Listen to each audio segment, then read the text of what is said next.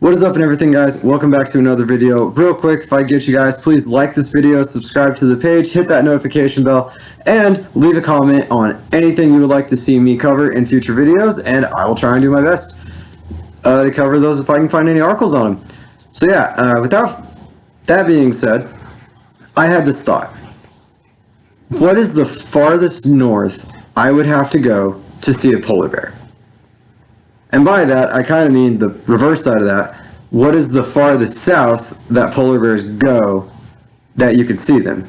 So I looked it up and I found a kind of cool article on it, and I want you guys to hopefully read along, follow along, and hopefully you guys will learn something as much as I will. So without further ado, this is the farthest south you have to go to find polar bears.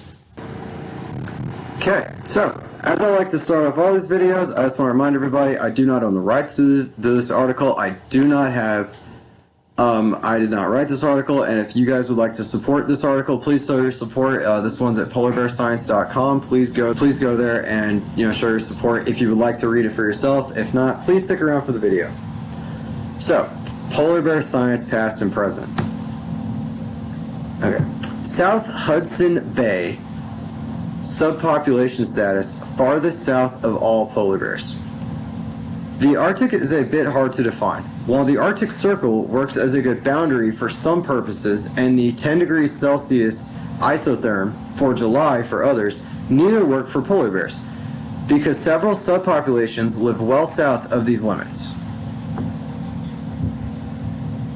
In the east, western Hudson Bay, Southern Hudson Bay, and Davis Strait are all located well south of the Arctic Circle, and the first 2.5 of Davis Strait are beyond the 10 degrees Celsius July isotherm. As well, in the western Arctic, the Chukchi Sea subpopulation is within the 10 degrees Celsius July isotherm, but at least half of its bears reside south of the Arctic Circle in the Bering Sea. I guess there was another post you guys can go check out there. Unique amongst all of these is South Hudson Bay.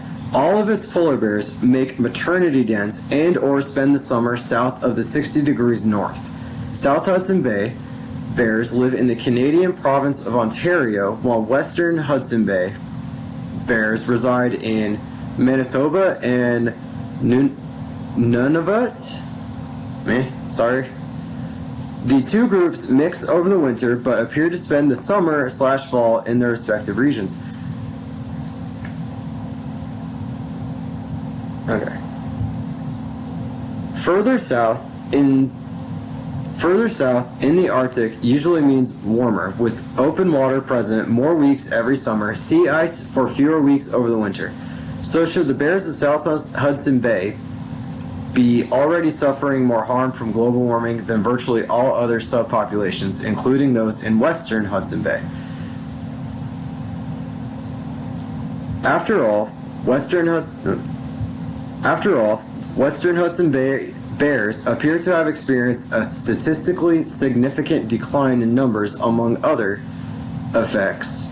Surely, Southern Hudson Bay bears are doing worse. You'd think so, but they aren't. So, okay, that was a little misleading. I thought this was about to go like really, really south, but as it turns out, it's not. It's actually, I guess there's some good news here, potentially. I kind of hope so. I don't like it when articles go south, because I actually like to, learn stuff from this. So I guess these bears are doing better than you would expect for them being below the pole, essentially.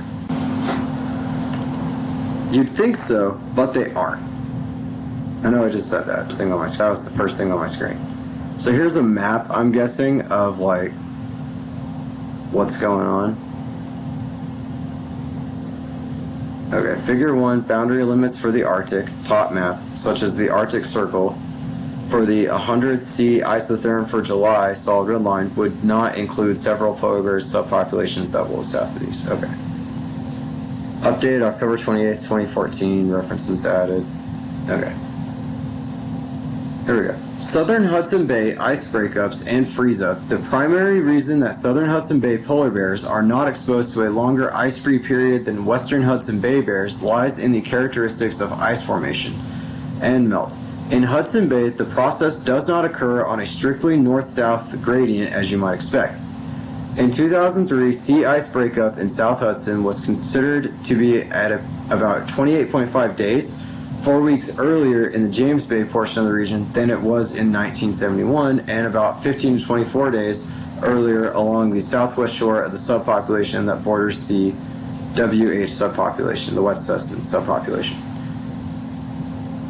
Aboard et al. 2006, summarizing polar bear research there, put it this way. Over the past 3 decades, breakup dates are occurring earlier by about 9.5 days per decade in northern James Bay and between 5 and 8 days per decade along the southern Hudson Bay coast of Ontario. In their recent summer paper, Ian Sterling and Andrew DeRocher say that breakup dates in western Hudson Bay declined by about 3 weeks between 1979 and 2007. Data to 2011 was not supplied, and data from 2005 to 2007 is unpublished, so they don't really know. I mean, well, they can't publish. It's just, this is interviews, I guess, so they never actually got written down. In other words, there has been no applicable difference in breakup dates between western Hudson Bay and the southwest shore of the southern Hudson Bay region over the past 30 years, ending 2003. And breakup in James Bay occurred only about 1 week earlier than the western Hudson Bay. Have a look at figure 4 and 5 to see how breakup and freeze up progresses in the spring of 2013 and fall of 2012. These ice maps illustrate how the southwest shore, which lies within southern Hudson Bay territory, can have a slightly later date of breaking up. Okay, that's basically what they just said. These are all going to be like maps and things. Okay. All of this means that, contrary to what you might expect, southern Hudson Bay polar bears do not have a marked longer onshore period than bears in the western Hudson Bay. Okay, you might think since the western Hudson Bay subpopulation appears to be declining and displaying over negative effects of global warming, southern Hudson Bay bears should be similarly affected. Nope, wrong again. The southern Hudson Bay subpopulation is one of the few regions considered to be stable by polar bear specialist group in their latest assessment. In other words, neither declining nor increasing. Okay, so that means like this weird set of circumstances has made this population of bears like safer than living north in the Arctic, is what that kind of means. That's kind of cool.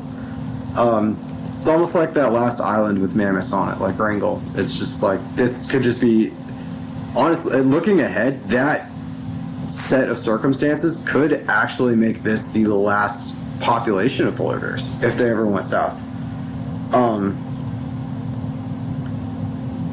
An aerial study conducted in 2011 and 2012 confirmed this. The current estimate is 900 to 1,000 bears based on a 2005 data, which about 70 to 110 of these denning and or summering on the islands in southernmost James Bay. Oh, I throw them by. Look at that. It's kind of a darker polar bear. It must be really dirty. A comprehensive study of southern Hudson Bay bears completed in 2005 by PBSG member Martin Aubert and colleagues reported the results this way. Abundance in the southern Hudson Bay population was unchanged between 2 intensive capture-recapture periods, which were separated by almost 20 years. This was so despite the evidence for a decline of 22% in abundance for the neighboring western Hudson Bay population over roughly the same period. It appears that changes in environmental factors such as sea ice distribution and duration have not yet resulted in unambiguous changes in survival.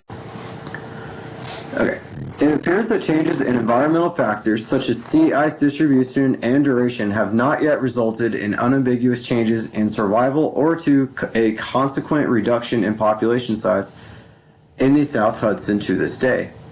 Add in an earlier paper that focused on body condition. Specifically, Albert and colleagues had this to say about the results. Significantly poorer for bears captured from 2000 to 2005 than for bears captured from 1984 to 1986. The significance of a trend towards poorer body condition over time is unknown. So no decline of the polar bear population in South Hudson Bay, even though the sea ice declined at least as much as it did in Western Hudson Bay, and a slight decline in body condition for South Hudson bears, but no decline in numbers, even though reported declines in body condition in West Hudson were accompanied by a drop in population of 22%. Polar bear biologists and activists hardly ever talk about this successful population living right next door to one they claim is suffering so badly from the effects of global warming, even though ice conditions in both have changed in virtually identical fashion over the last 30 years. Weird, eh? It also appears that the status of southern Hudson Bay polar bears, decline in body condition, advance in breakup dates, and no decline in population number are much like those I described recently for Davis Strait polar bears, which rarely get mentioned either. It would appear that southern Hudson Bay subpopulation is yet another example of how moderately declining or highly variable sea ice has not necessarily caused harm to polar bears. That's interesting, because it's weird that they would say that in this article, because like everything you hear about it says otherwise. Like the sea ice leaves, the bears are hurting. Despite living under virtually identical conditions as the Western Hudson Bay subpopulation, touted by polar bear biologists and activists alike as the most severely affected by global warming, southern Hudson Bay bears appear to be doing just fine. Alright guys, well, that kind of sufficed my curiosity. You guys want to go see polar bears, like an actual steady, healthy, as far as they can tell, population? South Hudson Bay. That's the furthest south at this time, or at least at the time of writing that article, that you can find polar bears. It's kind of interesting because it's almost subarctic, if that makes sense. So it's like, so basically I want to say like where they're living is Arctic light. And it's kind of funny that like one population of bears is doing great while the other one is the poster child for global warming. It also kind of makes sense that that's why no one would talk about it. But the fun thing that I think about that is like, if they can keep that population of bears doing well, then that could be the last stronghold, I think, for polar bears. Just because like it doesn't seem like they necessarily understand why they're doing so well there. Because all the factors are the same at the other bay, but those bears aren't doing well and these ones are. But as long as they continue to do well, that's almost like a last stronghold for what could be wild polar bears. So yeah, please go show these guys some support, do your own research. Without further ado though, once again guys, go ahead, like this video, hit that notification bell. If you made it this far, please hit subscribe. It's only going to help my channel grow. And like I said, I would love to hit that 200 subscriber mark soon. Leave a comment with whatever you guys want me to cover next, and go ahead and follow me on Instagram. It's alright, next up after this. And without being said guys, I will see you in the next video. Peace.